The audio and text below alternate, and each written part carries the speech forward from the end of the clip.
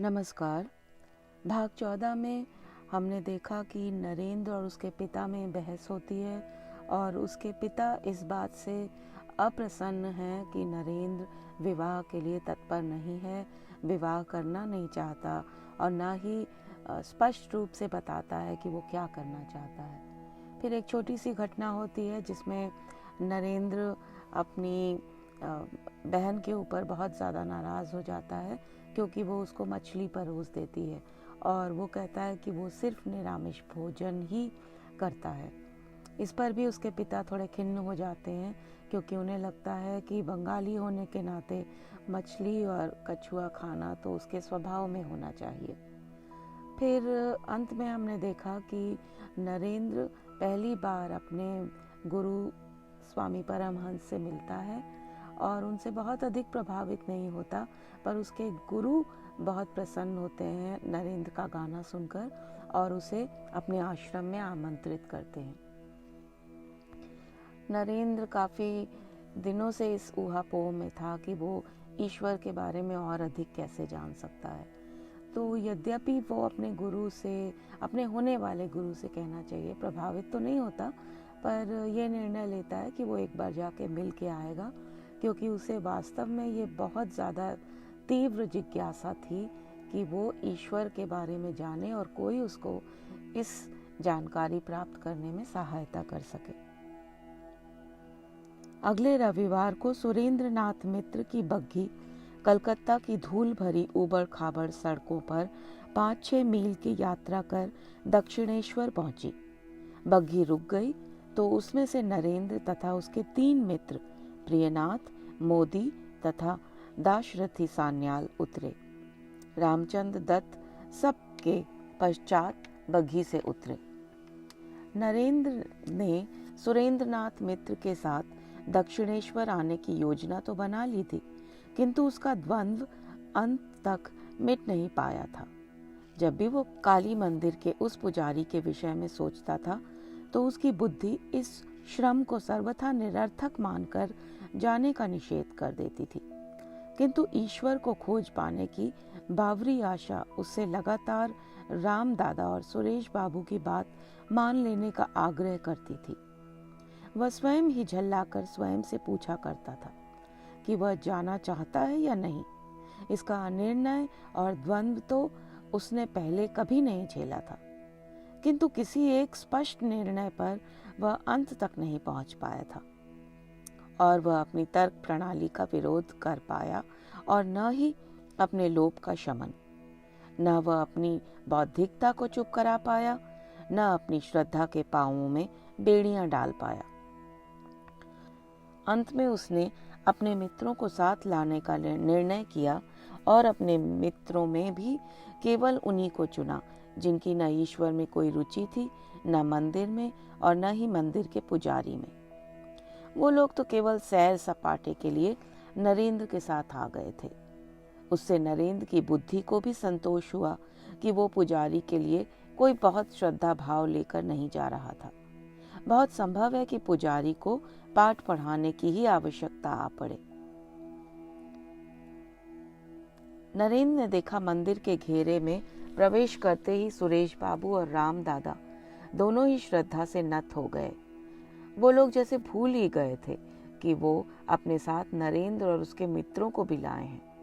वो तो बस सर झुकाए और हाथ जोड़े दर्शन के लिए मंदिर के भवन की ओर चल पड़े थे। नरेंद्र और उसके मित्र भी चुपचाप उन दोनों के पीछे पीछे चले, जैसे किसी बाध्यता में पैर घसीट रहे हों। रामदादा और सुरेश बाबू की श्रद्धा देखकर नरेंद्र का मन कुछ विचलित हो उठा। कहीं वो अपनी उद्दंडता प्रकट कर इन दोनों का मन तो दुखी नहीं कर देगा। पुजारी उसकी श्रद्धा का पात्र चाहे ना हो, किंतु ये उसको भगवान का प्रतिरूप ही मानते थे। और फिर प्रोफेसर हेस्टी ने भी तो कहा था। नरेंद्र ने निश्चय किया कि वह अकारण ही अश्रद्धा प्रकट नहीं करेगा। वो मूक दर्शक बनकर बैठा रहेगा। यदि कुछ पूछने का अवसर आया तो बस एक ही प्रश्न पूछेगा, क्या पुजारी ने ईश्वर को देखा है? उसके मित्र तो वैसे ही कुछ बोलने वाले नहीं थे। वो तो मूक दृष्टा के रूप में ही तमाशा देखेंगे। वो लोग ठाकुर के कक्ष के सामने जाकर रुक गए। कमरा भरा हुआ था। लोग फर्श पर बैठे हुए पूरी तन्मयता से ठाकुर की बात सुन रहे थे। ठाकुर पूर्व की ओर मुंह किए तख्त पर बैठे थे और प्रसन्न वदन ईश्वर की चर्चा कर रहे थे। जब एक बार हरि नाम या राम नाम लेते ही रोमांच हो जाता है, आंसुओं की धारा बहने लगती है, तब निश्चित समझो कि संध्यादि कर्मों की आवश्यकता नहीं रह गई है। तब कर्म त्याग का अधिकार पैदा हो जाता है। कर्म आप ही आप छूट जाते हैं। उस अवस्था में केवल राम नाम, हरि नाम या केवल ओंकार का जप करना ही पर्याप्त है। संध्या वदन का लय गायत्री में होता है और गायत्री का ओंकार में। नरेंद्र का मन ठिठका। इस व्यक्ति को चाहे अनपढ़ और गंवार कह लें, किंतु उसकी चर्चा तो गंवारों वाली नहीं थी। पश्चिम की ओर के द्वार से नरेंद्र अपने साथियों के साथ प्रवेश करता है। ठाकुर की दृष्टि उन पर पड़ी और फिर जैसे वो नरेंद्र पर ठहर ही गई। इसे जैसे अपने शरीर की भी चेतना नहीं है। केशों और वेशभूषा की ओर से भी पूर्णतः लापरवाह है। ठाकुर ने सोचा, साधारण लोगों के समान भौतिक संसार में आसक्ति नहीं है इसकी। सभी कुछ अद्भुत है। आंखें देखकर लगता है इसका मन पूर्णतः अंतर्मुखी है। ठाकुर चकित थे। विषयी लोगों की भूमि कलकत्ता में क्या ऐसा सत्वगुणी मनुष्य हो सकता है? वहां बैठो, ठाकुर ने कहा, और उन्होंने फर्श पर बिछी चटाई की ओर संकेत कर दिया। नरेंद्र और उसके मित्र चटाई पर बैठ गए। ठाकुर जी जैसे उसका निरीक्षण कर रहे थे। उनकी दृष्टि नरेंद्र के मित्रों पर पड़ी। उनके मन ने कहा, इसके मित्रों का स्वभाव तो संपूर्णतः इसके विपरीत है, साधारण विषयी मनुष्यों के समान। उनकी दृष्टि भोग की ओर है। ये कहाँ उनको अपने साथ लिए घूम रहा है? सुरेंद्रनाथ मित्र ने ठाकुर के निकट आकर धीरे से कहा, ठाकुर, ये वही नरेंद्रनाथ दत्त है जिसने उस दिन मेरे घर पर गीत गाया था। हाँ हाँ, अच्छा भजन था, ठाकुर ने कहा और नरेंद्र की ओर देखा। और क्या सीखा है? कोई बंगला गीत भी गाते हो? नरेंद्र को लगा जैसे उसका कोई दुर्बल पक्ष पकड़ लिया गया हो। बंगला गीत तो अभी 2-4 ही सीखे हैं, ठाकुर ने जैसे उल्लसित होकर कहा। तो उन्हीं में से कोई गाओ। नरेंद्र को संकोच ने घेर लिया। उसने बंगला गीतों पर कभी कोई विशेष ध्यान नहीं दिया था, किंतु स्पष्ट रूप से मना करना भी अच्छा नहीं लगेगा। उसने सुरेंद्रनाथ मित्र की ओर देखा। सुरेश बाबू समझ गए। उसका संकोच तोड़ने के लिए प्रोत्साहित करते हुए बोले, हाँ हाँ गाओ, ठाकुर सुनना चाहते हैं। बंगला गीत गाने में संकोच क्या है भाई? नरेंद्र ने स्वयं को साधा और गाना आरंभ किया। मन चलो निज निकेतने, संसार विदेशे, विदेशीर वेशे, भ्रम केनो अकारणे, विषय पंच आर भूतगण, सब तोर पर, कहो नौय आपन, पर प्रेम केनो होय अचेतन, भूली छो आपन जने। अयोध्यानाथ पाकराशी का लिखा यह गीत ब्रह्म समाज में प्रायः गाया जाता था। नरेंद्र ने यहाँ भी वो गीत अभ्यासवश ही गाया था, किंतु अन्य मनस्कता से आरंभ किए इस गीत में वो इतना तन्मय हो गया, वह शायद स्वयं भी नहीं जानता था। अजाने ही जाने कब उसे लगने लगा कि वो किसी और का लिखा गीत नहीं गा रहा था। ये तो उसकी अपनी ही आत्मा की पुकार थी। वह उसकी ही आत्मा तो थी जो इस विदेश में अकेली पड़ गई थी और अपने देश लौट जाने के लिए तड़प उठी थी। उसने अपना मन और तन ढालकर अवसन्न स्वर में वो गीत इतनी एकाग्रता से गाया जैसे वह ध्यानस्थ होकर ही गा रहा हो। गीत सुनते सुनते ठाकुर एकाग्र और ध्यानस्थ ही नहीं, भावाविष्ट भी हो उठे। गीत समाप्त होते ही सुरेश बाबू ने बड़ी आतुरता से नरेंद्र से दूसरा गीत आरंभ करने का आग्रह किया। ठाकुर भावाविष्ट हैं, उन्हें सामान्य भूमि पर लाने के लिए और गीतों की आवश्यकता पड़ेगी। गाओ, तुरंत गाओ, रुको मत। नरेंद्र ने बेचाराम चैटर्जी का लिखा गीत जॉबे की है दीन आमार बिफोले चालिए गाना आरंभ किया। आज उन गीतों के भाव से उसका असाधारण तादात्म्य हो रहा था। वो जैसे अभ्यासवश नहीं गा रहा था, अपने हृदय के चित्कार को अभिव्यक्त कर रहा था। तन्मयता के लिए उसे तनिक भी प्रयत्न नहीं करना पड़ रहा था। ये इस स्थान का प्रभाव था या ठाकुर के सान्निध्य का प्रतिफल। गीत के समाप्त होते होते ठाकुर की चेतना भी बहिर्मुखी हो आई। ठाकुर अपने आसन से सहसा उठ खड़े हुए और नरेंद्र के पास आए। नरेंद्र को कुछ आश्चर्य हुआ। उन दोनों की बातचीत तो अपने अपने स्थान पर बैठे रहकर भी हो सकती थी, तो फिर वो उसके पास क्यों चले आए? ठाकुर ने बिना कुछ कहे नरेंद्र का हाथ पकड़कर उसे उनके स्थान से उठा लिया और कमरे से उत्तर की ओर बरामदे में खींचकर ले आए। आश्चर्यचकित नरेंद्र उनके साथ खिंचता चला गया, किंतु उसने प्रतिरोध नहीं किया। यदि वह उन्हें रोकता तो शायद ठाकुर उसे इस प्रकार खींच नहीं सकते थे, किंतु उसके अपने मन में ही बल प्रयोग की इच्छा नहीं जन्मी। वह स्वयं नहीं जानता था कि वह उनकी इच्छा के अधीन अवश हो गया था या उसका मन एक कौतुक में बंध गया था। शीतकाल था। उत्तरी हवा रोकने के लिए बरामदे के खंभों के बीच टट्टर लगे हुए थे। ठाकुर नरेंद्र को खींचते हुए उसी स्थान पर ले गए। उन्होंने भीतर से कपाट बंद कर लिया। अब उन्हें बाहर से कोई नहीं देख सकता था। नरेंद्र को उनके व्यवहार में कई बातें विचित्र लगी। ना तो वो इस व्यवहार की पूर्व कल्पना ही कर सकता था और न यह उसके लिए सुखद ही था। ठाकुर ने अब तक नरेंद्र का हाथ पकड़कर उसे खींच लिया था, किंतु अब उन्होंने उसका हाथ कुछ इस प्रकार पकड़ लिया जैसे कोई आत्मीय जन अपने स्नेह के आवेशों में प्रियजन का हाथ पकड़ लेता है। उनके नेत्रों से आनंद के अश्रुओं की धारा बहने लगी थी और किसी पूर्व परिचित ही नहीं घनिष्ठ व्यक्ति के समान वो उपालंब भरे स्वर में बोले, तू इतने दिनों के पश्चात आया। मैं किस प्रकार तेरी प्रतीक्षा कर रहा था, तू सोच भी नहीं सकता। विषयी मनुष्यों की व्यर्थ की बकवाद सुनते सुनते मेरे कान जले जा रहे हैं। अपने मन की बात किसी से न कह सकने के कारण मेरा पेट फूलता जा रहा है। अवाक नरेंद्र चकित दृष्टि से उन्हें देखता रहा। विचित्र है ये व्यक्ति, कोई किसी अपरिचित से इस प्रकार व्यवहार करता है। ठाकुर जैसे रो ही पड़े।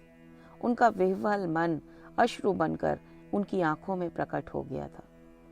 अगले ही क्षण वो नरेंद्र के सम्मुख हाथ जोड़कर खड़े हो गए।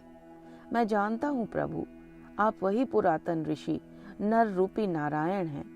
जीवों का इस दुर्गति से उद्धार करने के लिए आपने पुनः संसार में अवतार लिया है। नरेंद्र स्तंभित खड़ा रह गया। मैं किसके दर्शन करने चला आया? ये तो सर्वथा उन्मुक्त व्यक्ति है, पगला है। मैं विश्वनाथ दत्त का पुत्र हूँ, नरेंद्रनाथ दत्त हूँ, और ये मुझसे इस प्रकार वार्तालाप कर रहे हैं जैसे मैं अभी अभी आकाश से उतरा कोई देवता हूँ।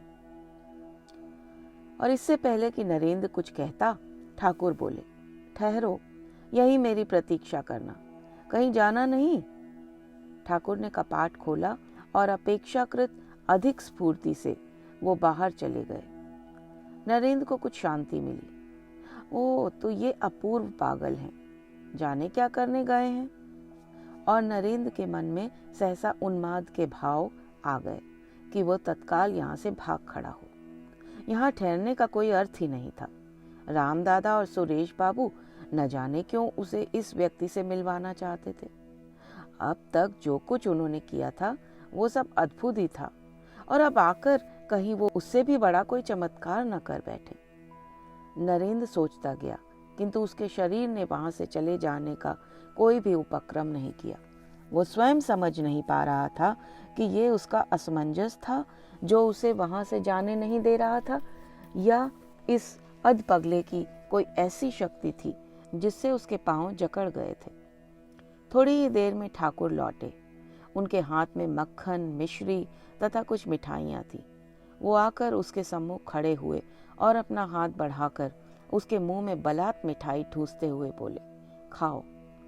नरेंद्र के मन ने चकित होकर प्रश्न किया, कहीं राम दादा अथवा सुरेश बाबू ने उन्हें ये तो नहीं बता दिया कि उसने आने के लिए परिहास में ये ही शर्त रखी थी कि यदि वो उसका रसगुल्लों से अच्छी तरह सत्कार नहीं करेंगे तो वह उनको अच्छी तरह पाठ पढ़ाएगा।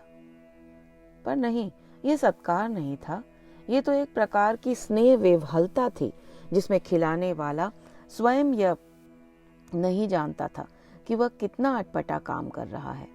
जैसे कोई बालक अपने प्रेम के आवेश में अपने गंदे हाथ में पकड़ी अथवा धूल में लिपटी कोई मिठाई अपने किसी बड़े को खिलाने का आग्रह कर रहा हो, या फिर शबरी अपने स्नेह के आवेग में अपने जूठे बेर भगवान राम को खिला रही हो। नरेंद्र चौंका। वो ये सब क्या सोच रहा है? वो राम नहीं है, न ठाकुर बच्चे हैं, किंतु वह स्पष्ट देख रहा था कि उनकी आतुरता और विह्वलता एक अबोध बालक की सी ही थी। अंततः वो बोला, आप मिठाई मुझे दे दीजिए, मैं अपने मित्रों के साथ बांटकर खाऊंगा। इस प्रकार उनसे छिपकर एकांत में खाना कोई शोभनीय कर्म तो नहीं है। किंतु ठाकुर उसकी बात मानने वाले नहीं थे। वो बोले, वो लोग भी खाएंगे, पहले तुम खा लो। नरेंद्र ठाकुर को खिलखिलाते देखते रहे और अनिच्छा से ही सही, पर नरेंद्र मानो बाध्य होकर खाता रहा। डरता था कहीं उसने कठोरता से मना कर दिया तो उनका मन दुखी होगा। उसके अपने ही मन का कोई खंड जैसे उस पर हंस रहा था। तुझे इस पगले के मन दुखाने की चिंता क्यों है? तूने तो आज तक इस प्रकार की चिंताएं नहीं पाली। नरेंद्र ने अपने मन के इस परिहास का कोई भी उत्तर नहीं दिया। उसने सोचा कि यदि वो अपना मुंह खोलकर मिष्ठान स्वीकार नहीं करता तो वे मुंह पर मक्खन मलकर उसे बाल कृष्ण बना देंगे। कुछ खिलाकर ठाकुर ने जैसे संतोष किया। उन्होंने पुनः ही उतनी ही आत्मीयता से और स्नेह से नरेंद्र का हाथ पकड़ लिया। बोल, तू शीघ्र ही एक दिन मेरे पास आएगा? अकेला आएगा ना? बोल। नरेंद्र को लगा कि उनके आग्रहपूर्ण अनुरोध के सम्मुख वह एकदम लाचार होता जा रहा था। वह स्वयं अपने ऊपर ही चकित हो रहा था कि उनके इस सारे अटपटे व्यवहार और आग्रह के कारण उसके मन में क्रोध का लेश भी नहीं पनप रहा था। उसने उनके चेहरे पर दृष्टि डाली। वो जैसे एक अबोध तथा सरल शिशु का चेहरा था।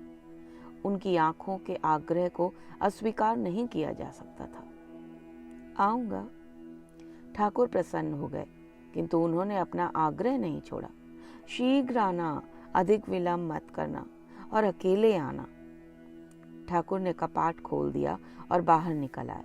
नरेंद्र भी उनके पीछे पीछे आ गया और वो दोनों अपने अपने स्थानों पर पुनः इस प्रकार बैठ गए जैसे अब तक कुछ भी अस्वाभाविक घटित नहीं हुआ था। इस बार ठाकुर ने उपस्थित लोगों को संबोधित किया तो वो ईश्वर चर्चा के स्थान पर नरेंद्र की ही चर्चा कर रहे थे। देखो, नरेंद्र सरस्वती के प्रकाश से किस प्रकार दीप्तिमान है। लोगों ने आश्चर्य से नरेंद्र को देखा और नरेंद्र ने उनसे भी अधिक चकित होकर ठाकुर की ओर देखा। उससे तो ठाकुर की कोई ऐसी चर्चा नहीं हुई जिससे वो उसकी बुद्धि अथवा ज्ञान के स्तर को जान सकते। उन्होंने इस प्रकार घोषणा कैसे कर दी? ये व्यक्ति निपट पगला है क्या? और फिर ठाकुर नरेंद्र से संबोधित हुए। सोने से पहले क्या तुम्हें कोई प्रकाश दिखाई देता है? जी हाँ, नरेंद्र ने सहज भाव से कहा और फिर आश्चर्य से पूछा, क्या अन्य लोगों को नहीं दिखाई देता? ठाकुर ने नरेंद्र की बात का कोई उत्तर नहीं दिया और मानो वो अपने आप से ही बोले, सब कुछ सिद्धांतानुकूल है। और उन्होंने पुनः अपने सामने बैठे हुए लोगों को संबोधित किया। देखो, ये लड़का अपने जन्म से ही ध्यान सिद्ध है। क्षण भर वो अन्य मनस्क रहे और कुछ स्मरण कर पुनः बोले, तुम लोगों को जैसे देख रहा हूं तुम लोगों से बातचीत कर रहा हूँ, वैसे ही ईश्वर को भी देखा जा सकता है और उससे बात की जा सकती है। उनके स्वर में अवसाद उतर आया। परंतु वैसा चाहता कौन है? लोग स्त्री पुरुष के शोक में घड़ों आंसू बहाते हैं, विषय और धन के लिए तरसते हैं, किंतु ईश्वर के दर्शन नहीं हुए कहकर कौन रोता है? कौन ये कहकर दुखी होता है, जैसे कि नरेंद्र ने गाया, जौबे की हे दीन आमार बिफोले चालिए। नरेंद्र ठाकुर को देख रहा था, उनकी बातों को सुन रहा था और उसका मन निरंतर टिप्पणी करता जा रहा था। चाल ढाल, बातचीत और दूसरों के प्रति व्यवहार में तो उन्माद का कोई लक्षण नहीं है। उनके दिव्य वचन और भाव समाधि देखकर तो लगता है कि सचमुच ही ये ईश्वरार्थ सर्वत्यागी हैं और जो कहते हैं स्वयं उसका अनुष्ठान भी करते हैं। ठाकुर कहते जा रहे थे, ईश्वर को मैं नहीं पा सकता, ये सोचकर यदि कोई व्याकुल होकर उन्हें पुकारता है तो अवश्य ही उसे दर्शन देते हैं ईश्वर। नरेंद्र के भीतर चिंतन प्रक्रिया चलती ही जा रही थी। ये कितने विश्वास के साथ ईश्वर के दर्शन के विषय में कह रहे हैं? क्या ये मुझे भी ईश्वर के दर्शन करवा सकते हैं? क्या ये मेरे गुरु हो सकते हैं? नरेंद्र के मन में सदा चलने वाला झंझावात पुनः सजीव हो उठा। कहते सब हैं, पर सब बातें ही बातें हैं। इनमें कोई भी सत्य है क्या? यहाँ बैठे सिद्धांत बखान रहे हैं, पर क्या इन्होंने ईश्वर को देखा है, उसके दर्शन किए हैं? उसने अपनी गर्दन उठाई और ठाकुर के एकदम सम्मुख पहुंचकर उनकी आंखों में आंखें डालकर पूछा, क्या आपने स्वयं ईश्वर के दर्शन किए हैं? ठाकुर कुछ इस प्रकार हंसे जैसे किसी अबोध बालक ने अपने प्रश्न में किसी छोटी सी चीज को बहुत बड़ा मान लिया हो। बोले, हाँ हाँ, मैं उन्हें वैसे ही देखता हूँ जैसे तुम्हें देख रहा हूँ। उत्तर इतना अनापेक्षित था कि नरेंद्र को अगला प्रश्न ही नहीं सूझा। वो अवाक बैठा ठाकुर की ओर देखता रहा, किंतु उसका मन अब भी लगातार अपनी प्रतिक्रिया प्रकट कर रहा था।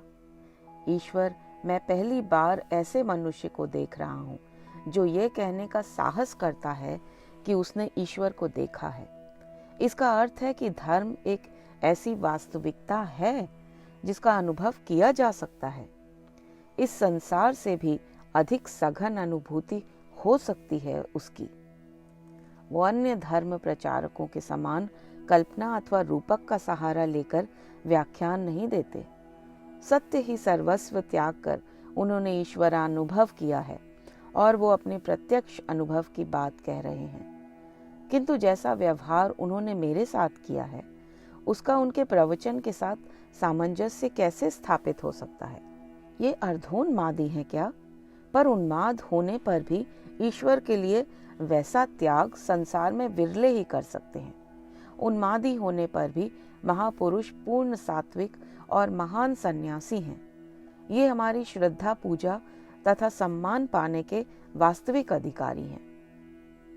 पर नरेंद्र का विद्रोही मन उसके भीतर जन्मी इस श्रद्धा पर निरंतर प्रहार कर रहा था। उस पर प्रश्न चिन्ह लगाता जा रहा था। क्या वह इस निष्कर्ष को सत्य मान ले? क्या इस पर पुनर्विचार की आवश्यकता नहीं है? नरेंद्र उठ खड़ा हुआ। उसके साथ ही उसके उकताए हुए मित्र भी उठ खड़े हुए। उन्होंने बिना कुछ कहे हाथ जोड़कर ठाकुर से विदा ली और बाहर निकल आए। किंतु अब अपने कमरे के एकांत में भूमि पर बिछे अपने इस बिस्तर पर लेटते ही नरेंद्र जैसे कुछ और हो गया। दिन भर की जिन सांसारिक गतिविधियों में उसने स्वयं को भुलाए रखा था, वो सब अब स्वप्न लोक की बातें हो गई थी। इस समय उसका अपना वास्तविक व्यक्तित्व ही नहीं था। उसकी आत्मा की चिरंतर भूख भी जाग उठी थी। उसे ईश्वर के दर्शन करने थे। आज का दिन भी बीत गया और कोई प्रगति नहीं हुई। उसका ध्यान ठाकुर की ओर चला गया। राखाल ठीक कहता है कि उनके निकट पहुंचकर ऐसा ही अनुभव होता है जैसे किसी बालक को अपनी माँ के पास पहुंचकर होता है। नरेंद्र की आत्मा की भूख जागी तो उसे भी तो ठाकुर की ही याद आई थी। उन्होंने कहा था कि ईश्वर के दर्शन करना संभव है, उसी प्रकार जिस प्रकार हम एक दूसरे को देखते हैं और वार्तालाप करते हैं। नरेंद्र ने करवट बदली तो उसके मन ने भी जैसे करवट बदल ली, किंतु उस व्यक्ति का क्या विश्वास। वो उन्मुक्त हैं, बुद्धि और तर्क की कोई बात नहीं करते। कैसे हाथ जोड़कर मेरे सामने खड़े हो गए थे। तुम न नर रूपी नारायण हो। आंखों से अश्रु बहने लगे थे। वो सारा तो प्रलाप ही था जैसे। उन सब बातों को नरेंद्र की बुद्धि गंभीरता से यथार्थ कैसे स्वीकार कर सकती थी। क्या पता उन सब बातों के समान ही ये भी कह दिया हो कि न केवल उन्होंने स्वयं ईश्वर को देखा है, वरन वो दूसरों को भी दिखा सकते हैं। ऐसे व्यक्ति का क्या भरोसा, कल को वो कह ही दे कि वो स्वयं ही ईश्वर हैं। नहीं नहीं नहीं, ऐसे व्यक्ति का बिना किसी प्रमाण के विश्वास नहीं किया जा सकता। नरेंद्र के मन ने पुनः अपनी दिशा बदली। नहीं, वो ऐसे तो नहीं है। उन्हें मिथ्याभाषी और पाखंडी नहीं कहा जा सकता। नरेंद्र का मन कभी भी यह स्वीकार नहीं करेगा। उनके शब्द कितने सच्चे और पवित्र थे। इतने अधिकार के साथ कोई धर्मगुरु अथवा धर्म प्रचारक नहीं बोलता। वो ग्रंथों और प्रवचनों के शब्द नहीं थे, वो अनुभव की आंच में तपे हुए शब्द थे, पवित्र और सच्चे। नरेंद्र की बुद्धि ने पुनः विरोध किया। मुझे तो वो पढ़े लिखे भी नहीं लग रहे थे, बोलते हुए कुछ तुतलाते भी हैं। उन्होंने दर्शन की शायद एक भी पुस्तक ना पढ़ी हो। फिर वो प्रतिमा पूजक भी हैं, दक्षिणेश्वर की काली बाड़ी के पुजारी। वो क्या नरेंद्र जैसे आधुनिक शिक्षा पाए हुए बुद्धिवादी नवयुवक के गुरु हो सकते हैं? अपनी व्याकुलता में नरेंद्र उठकर खड़ा हो गया। उसका मस्तिष्क परस्पर विरोधी तर्कों की टकराहट से जैसे दर्द करने लगा था। उसकी इच्छा हुई कि वह जोर जोर से चिल्लाकर कहे, मेरे प्रश्नों के उत्तर विद्वान लोग नहीं दे पा रहे हैं, पुस्तकें मौन हैं, तर्क तो मेरे पास हैं, किंतु ज्ञान का प्रकाश नहीं है, ईश्वर का आलोक तो कहीं भी नहीं है। तो फिर मैं क्यों सद्गुरु की खोज में नहीं जाता?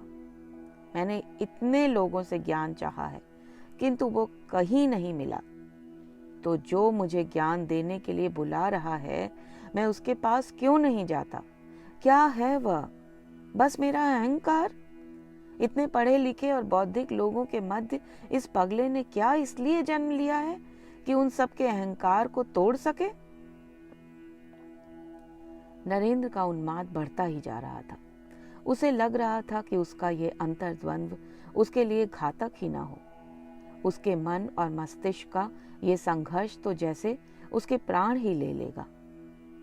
उसकी व्याकुलता बढ़ती ही जा रही थी और समाधान कोई था नहीं।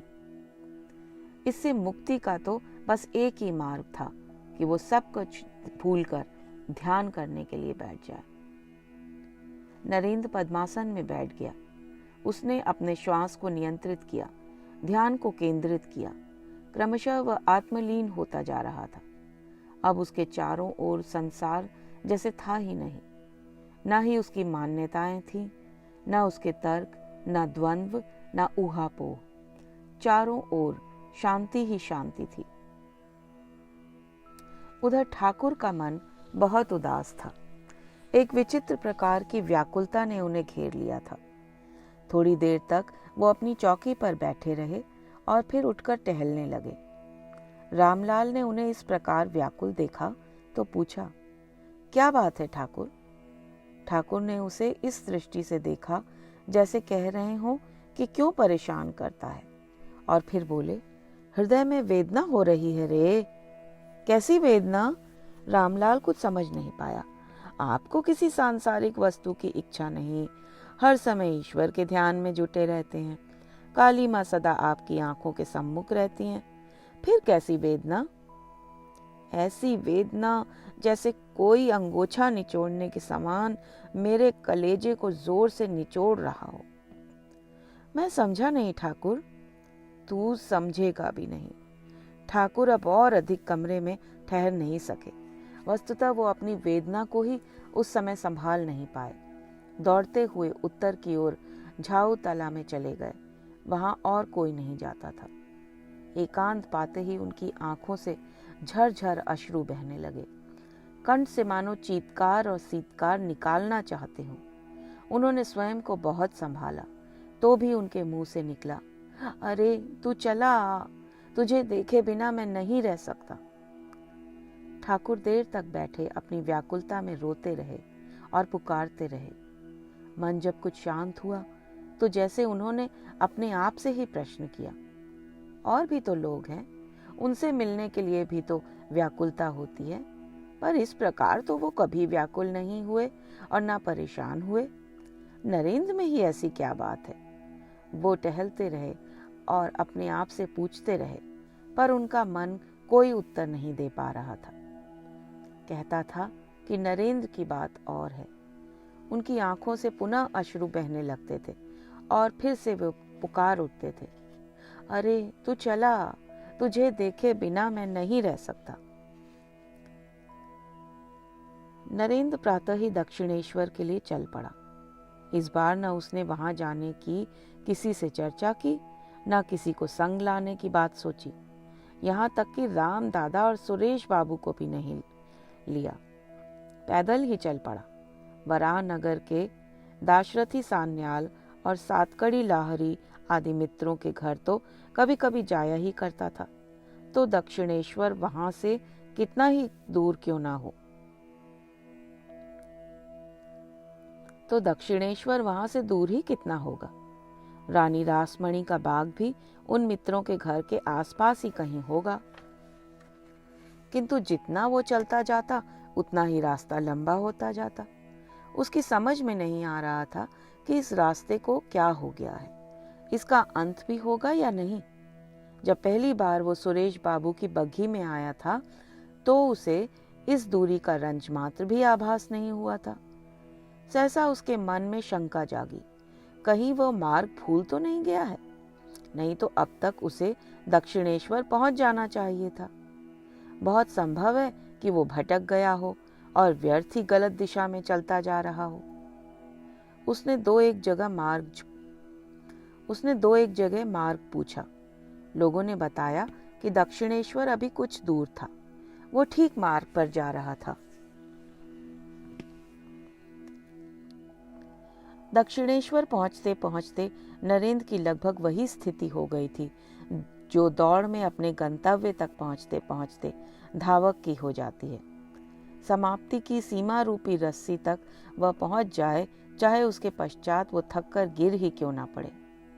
नरेंद्र ठाकुर के कमरे के द्वार पर पहुंचा तो उसने देखा कि कक्ष में उनके सिवाय और कोई नहीं था। वो अकेले ही भाव विभोर बैठे थे। नरेंद्र के मन में एक संशय जागा, क्या वे उसे पहचान लेंगे? आज तो उसके साथ न राम दादा थे न सुरेश बाबू। यदि ठाकुर ने ना पहचाना तो उनका परिचय कौन देगा? ठाकुर ने उसे देखा तो आनंद सहज ही प्रकट हो गया। ना पहचानने की तो कोई बात ही नहीं थी। उन्होंने उसे उत्साह और उल्लास के साथ पुकार कर अपने पास अपनी चौकी पर बैठा लिया। नरेंद्र चौकी पर बैठ गया। उसने देखा कि ठाकुर तत्काल ही जाने किस भाव में तन्मय हो गए थे और अस्पष्ट स्वर में कुछ बुदबुदाते हुए स्थिर दृष्टि से उसे देखते हुए धीरे से उसकी ओर सरकते आ रहे थे। नरेंद्र का मन फिर से असमंजस में पड़ गया। उन्होंने उसे पहचान तो लिया है, किंतु वो आज फिर पहले दिन के समान कोई पागलपन न कर बैठे।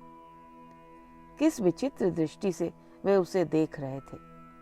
उसके मन में किसी अज्ञात कोने से एक धीमा सा स्वर उठा, तुझे ही तो इस अधपगले के पास आने का शौक चल रहा था। बहुत व्याकुल था ना तू अपना वचन निभाने के लिए? ले, अब निभा अपना वचन। जब तक नरेंद्र कुछ सोचता, करता या कहता, ठाकुर ने अपना दाहिना पैर उसके शरीर पर जैसे संस्थापित ही कर दिया। नरेंद्र की विचित्र स्थिति हो गई। वो समझ नहीं पाया कि उन्होंने ये क्यों किया। किसी के शरीर पर अपना पैर, पर यह कैसा स्पर्श था। वो सिहर उठा था। वो अपनी खुली आंखों से देख रहा था कि कमरे की दीवारों के साथ साथ सारी वस्तुएं कहीं शून्य में विलीन होती जा रही थी। क्या था ये? क्या सारे ब्रह्मांड के साथ उसका क्षुद्र अहम भाव भी सर्वव्यापक महाशून्य में विलीन होता जा रहा था? वो घबरा गया। अहम भाव का नाश ही तो मृत्यु थी, और वह मृत्यु उसके सामने अत्यंत निकट आ गई थी। वो स्वयं को और रोक नहीं पाया। चिल्लाकर बोला, ये क्या कर रहे हैं आप? घर पर मेरे तो माँ बाप हैं। ठाकुर खिलखिलाकर हंस पड़े, जैसे कोई बालक अपने खेल की सफलता पर प्रसन्न होकर हंसता है। उन्होंने नरेंद्र का हाथ पकड़ लिया और उसके वक्ष को सहलाते हुए बोले, अच्छा तो फिर अभी रहने दे। एकदम ही होने की कोई आवश्यकता भी नहीं है। समय आने पर सब होगा। नरेंद्र चकित रह गया। ठाकुर के छूते ही वो सारा दृश्य, वह अपूर्व प्रत्यक्ष विलुप्त हो गया। कमरे के भीतर और बाहरी वस्तुएं पूर्ववत ही अवस्थित हो गईं। हे ईश्वर, ये सब क्या है? नरेंद्र प्रकृतिस्थ हो गया, किंतु उसका मन जैसे वायु वेग से भागता जा रहा था। ये सब क्या हुआ? एक अद्भुत पुरुष के प्रभाव से वह भाव एकदम उपस्थित हुआ और फिर लुप्त भी हो गया। पुस्तकों में उसने मोहिनी शक्ति तथा सम्मोहन विद्या के विषय में पढ़ा था। क्या ये सब वही है? ठाकुर अत्यंत सहज रूप से मुस्कुराए। आज तो तू सुरेश की बग्घी में नहीं आया? नहीं, नरेंद्र ने उत्तर दिया। तो फिर कैसे आया तू? किराए की गाड़ी में? उनके स्वर में अत्यधिक स्नेह का भाव था। नहीं, आज तो मैं पैदल आया हूं, नरेंद्र ने उत्तर दिया। वो देख रहा था कि ठाकुर एकदम सहज थे, जैसे थोड़ी देर पहले उन दोनों के बीच कुछ भी असाधारण घटित न हुआ हो। किंतु वो तो प्रयत्न करने पर भी उनके समान सहज नहीं हो पा रहा था। फिर तो तू एकदम थक गया होगा, ठाकुर ने कहा। कलकत्ता से बहुत दूर है दक्षिणेश्वर।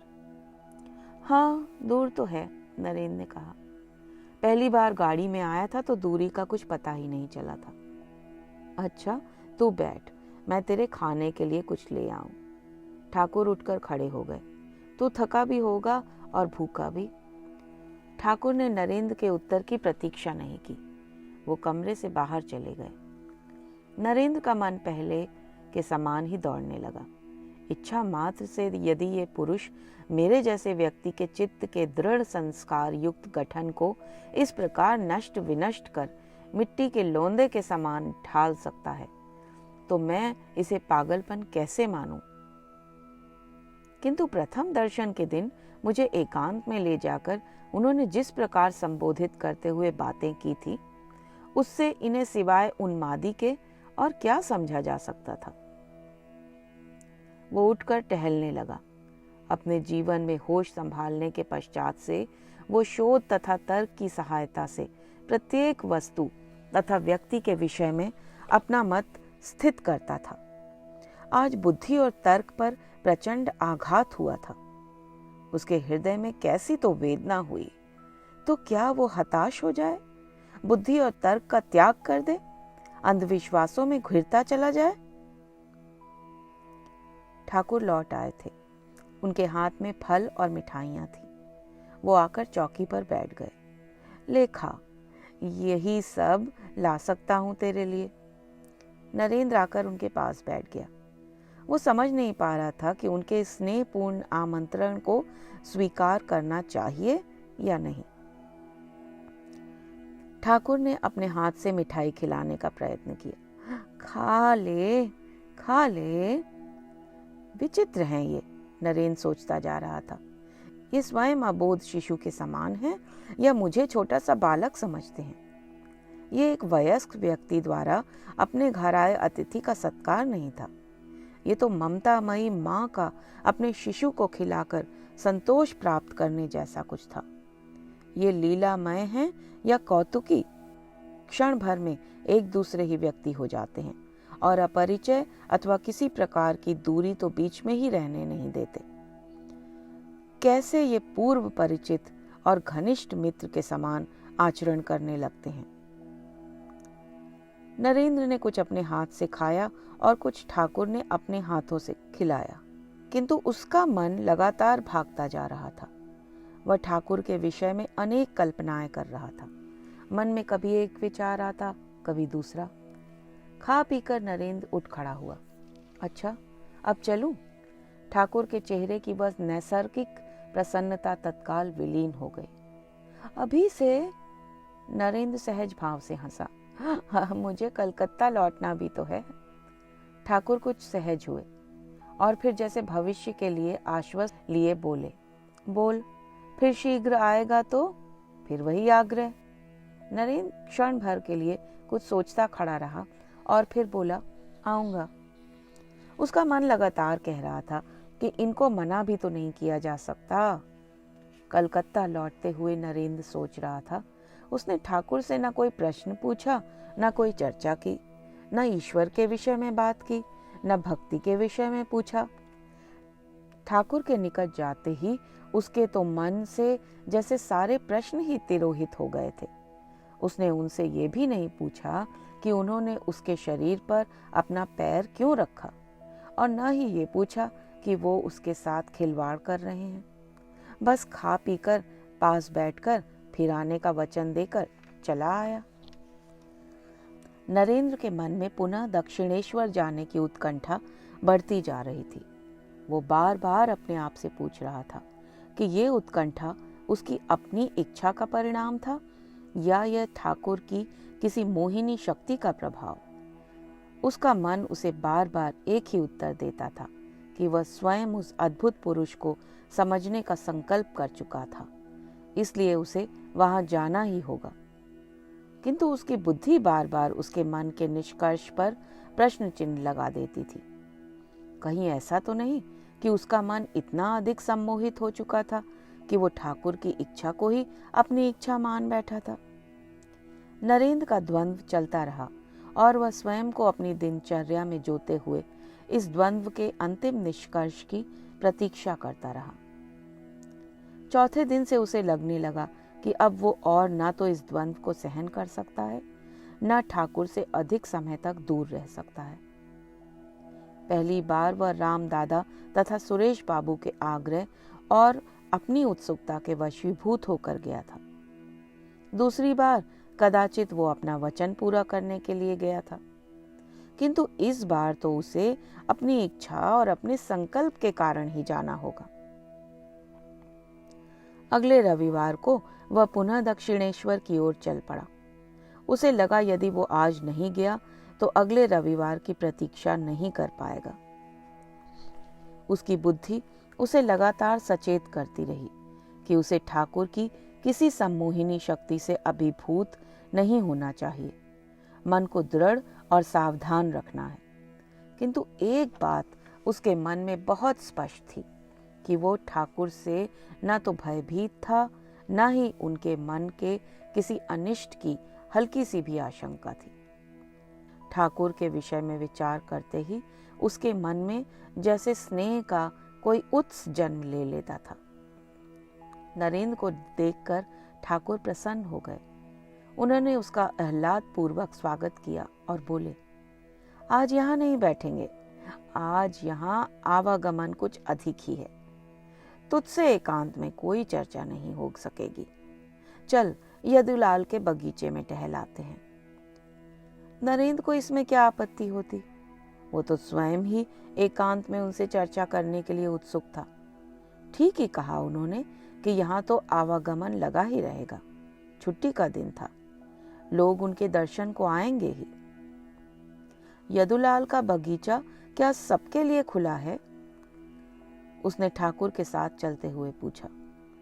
सबके लिए खुला है या नहीं ये तो मैं नहीं जानता, ठाकुर ने स्नेहपूर्ण स्वर में कहा, किंतु यदुलाल मल्लिक तथा उसकी माता मेरे प्रति कुछ श्रद्धा रखते हैं, इसलिए मेरे जाने की मनाही नहीं है। उसके कर्मचारी भी मुझे पहचानते हैं। मैं यदा कदा टहलने के लिए वहां चला जाता हूँ। सुंदर है उसका बगीचा, तुझे भी भाएगा। वो लोग यदुलाल मल्लिक के बगीचे में पहुंचे तो चौकीदार ने सम्मान पूर्वक ठाकुर को प्रणाम किया।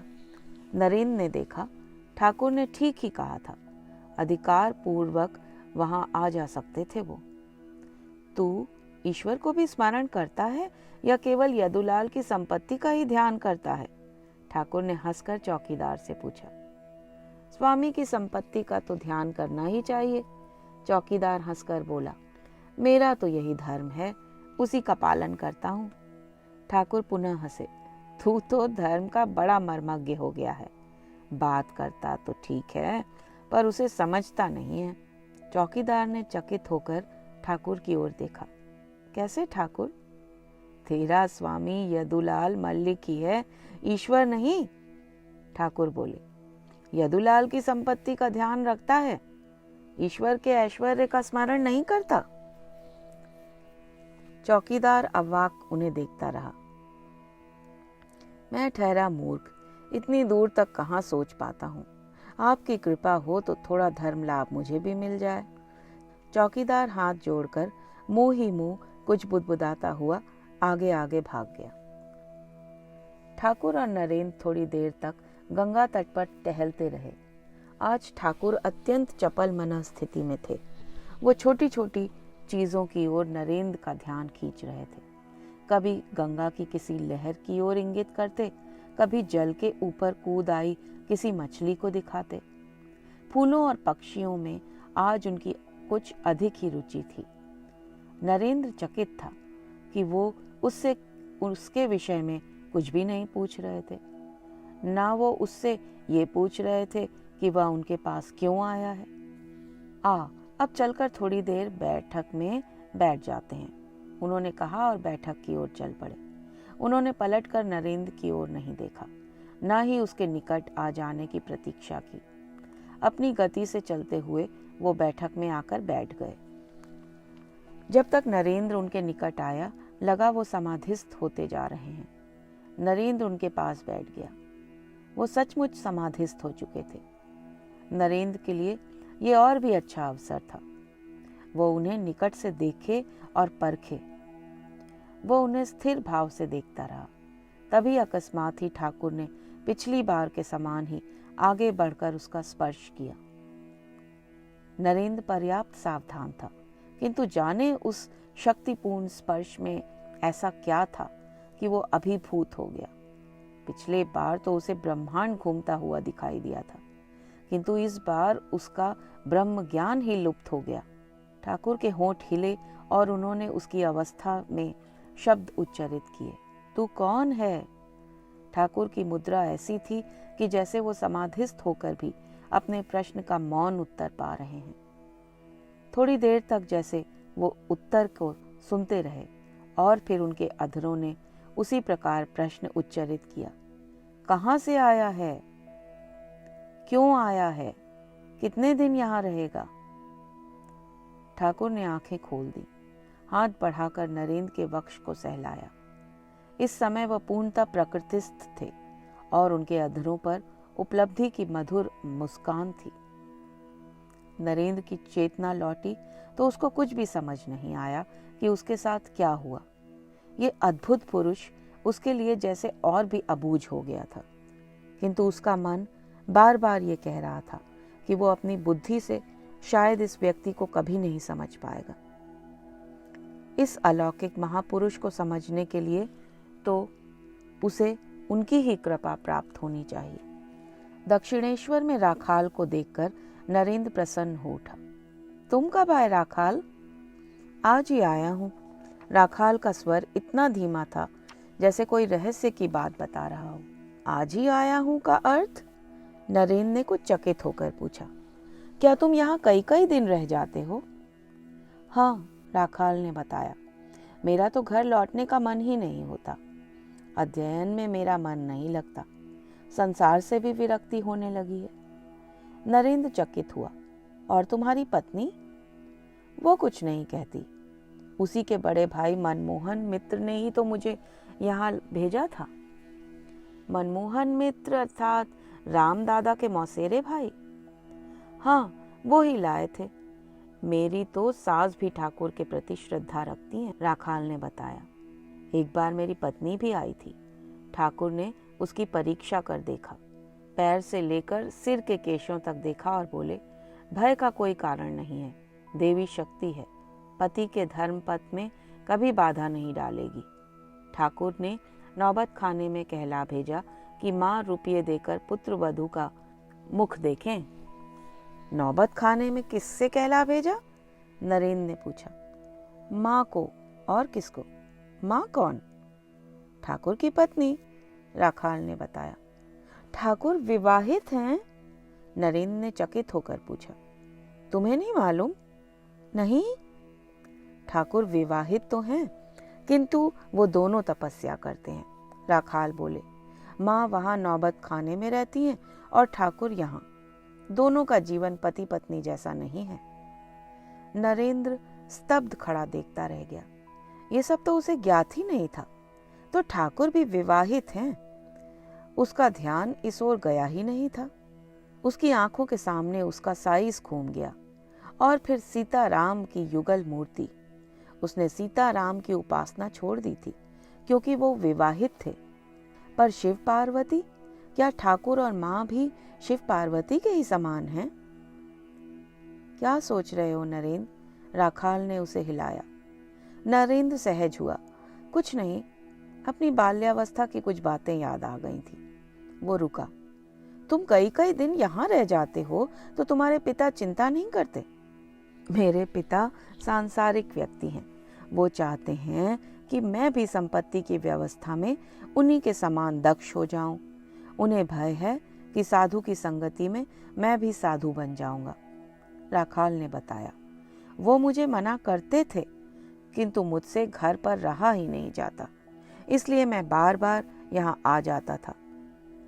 इस बार जब मैं घर पर लौटा तो उन्होंने मुझे एक कमरे में बंद कर दिया। पिता के इस विरोध से मुक्ति पाने के लिए तुम्हारी इच्छा नहीं हुई कि ठाकुर को ही भूल जाओ? नहीं, इसके एकदम विपरीत हुआ, राखाल बोला।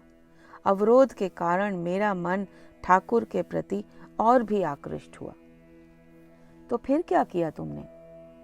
वो मुझे बंदी के समान अपने पास बैठा विभिन्न मुकदमों के कागज पत्रों में लीन हो गए, राखाल ने बताया। और मेरे लिए ये बहुत ही अच्छा अवसर था। मैं दबे पांव कमरे से निकलकर दक्षिणेश्वर चला आया। अब घर नहीं लौटूंगा, ठाकुर के ही पास रहूंगा। नरेंद्र थोड़ी देर मौन खड़ा राखाल के विषय में सोचता रहा। उसकी माँ का देहांत हो चुका था। पिता ने दूसरा विवाह कर लिया था। घर पर वो प्रसन्न रह ही कैसे सकता था। ठाकुर ने नरेंद्र को बुलाया। देख, राखाल से और कुछ नहीं कहना।